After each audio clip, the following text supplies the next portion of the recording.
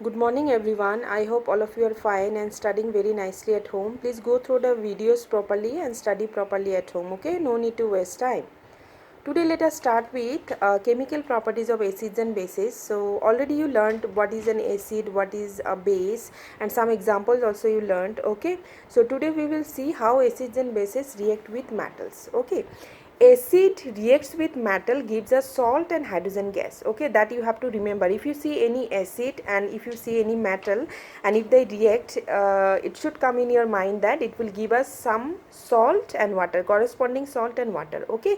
So in this example I have taken zinc metal and I have taken hydrochloric acid. You can take any acid, you can take any metal, but that metal should be more reactive than hydrogen, okay? Hydrogen, otherwise reaction will not take place.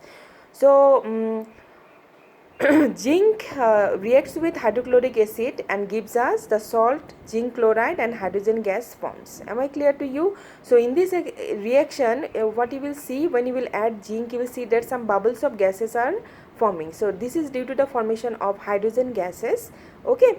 Basically what happens in the reaction, zinc, which is a more reactive metal than hydrogen, okay, displaces hydrogen and forms zinc chloride and forms hydrogen gas. Am I clear?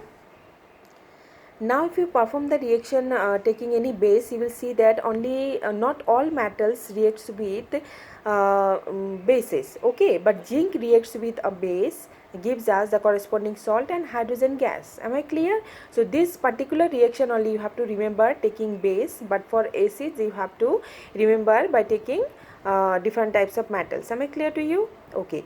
Next is reaction of metal carbonates and metal hydrogen carbonates with acid. Some of the examples of metal carbonate and metal hydrogen carbonates you have got in class 9, like sodium carbonate, magnesium carbonate, calcium carbonates are metal carbonates, okay? And metal hydrogen carbonates, sodium hydrogen carbonate, which is a very important example you have to remember for class 10, okay? Metal carbonate or metal hydrogen carbonate reacts with acid and gives us corresponding salt, carbon dioxide gas, and water. Am I clear? So if you see any metal carbonate or metal hydrogen carbonate and if it reacts with any acid, it should come in your mind that it will give us the corresponding salt, carbon dioxide, and water. Let us take one example. See, sodium carbonate is a metal carbonate and hydrochloric acid is an acid. If it reacts, it gives us a corresponding salt, sodium chloride, water, and carbon dioxide gas. So in the first activity you got hydrogen gas. So this time what you have got? Carbon dioxide gas. Okay, so what is the proof that you are getting hydrogen gas is the pop sound test, okay? Now what is the proof that you have got carbon dioxide gas? One proof is there, and that is if this carbon dioxide gas you pass through lime water, okay? Calcium hydroxide is a lime water, you people know it, okay? If you pass limited amount of carbon dioxide gas through the lime water, you will see that lime water becomes milky, it becomes white due to the formation of calcium carbonate. Am I clear? But if you pass this carbon dioxide gas for long time, that means excess of carbon dioxide, if you pass through this lime water, then what will happen? At first it will form calcium carbonate, then it will keep on reacting and it will form water soluble calcium bicarbonate or calcium hydrogen carbonate. Am I clear to you? So it will become soluble again. So this is a proof that the gas that has formed is carbon dioxide gas. Am I clear? Very important. Please go through it. Next is reactions between acids and bases. Acids and base, if they react, it gives us salt and water. Am I clear? So if you take acid like hydrochloric acid and base like sodium hydroxide, it will give us the salt and water. What is the salt formed here? Sodium chloride. And what will be the other product? It is water. Another example is if we take sulfuric acid and the base calcium hydroxide, it will give us corresponding salt, calcium sulfate, and water.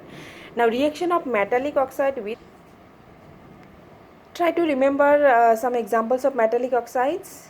Yes, it is calcium oxide, magnesium oxide, sodium oxide, okay?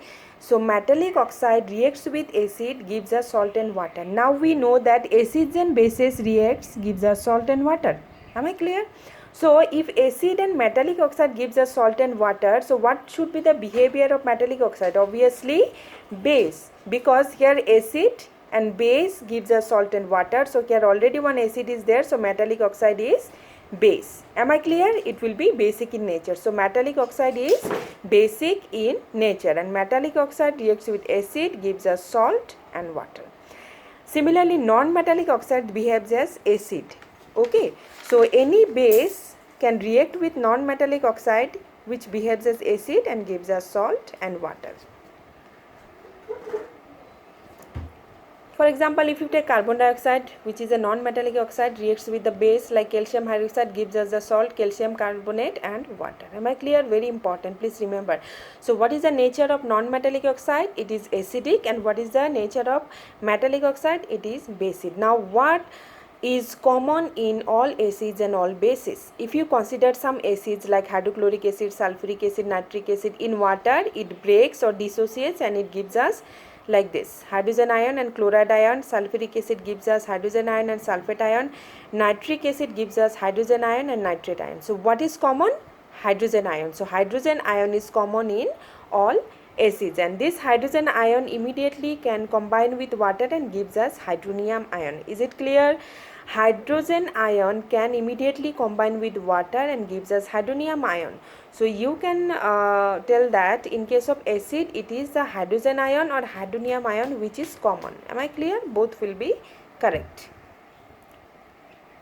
Now if you consider some bases, and in water it will break or dissociate like this: sodium ion, like sodium hydroxide will break into sodium ion and hydroxide ion. Calcium hydroxide will break as calcium ion and hydroxide ion. Magnesium hydroxide will break as magnesium ion and hydroxide ion. So what is common? Hydroxide ion. So hydroxide ion is common in all bases. Now if you consider activity 2.8, you will see that the glucose, alcohol, hydrochloric acid, sulfuric acids are there.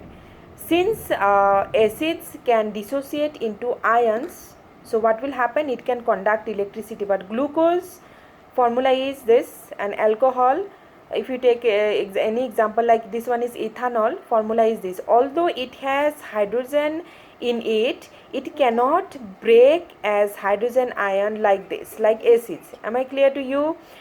Like acids, glucose and ethanol cannot break and cannot form ions. It remains as glucose molecule in water and remains as alcohol molecule in water, like that only. It will never break to form ions. For that reason, these two will not conduct electricity, but yes, any acids and bases will conduct electricity. Okay, so in activity 2.8, basically what is given?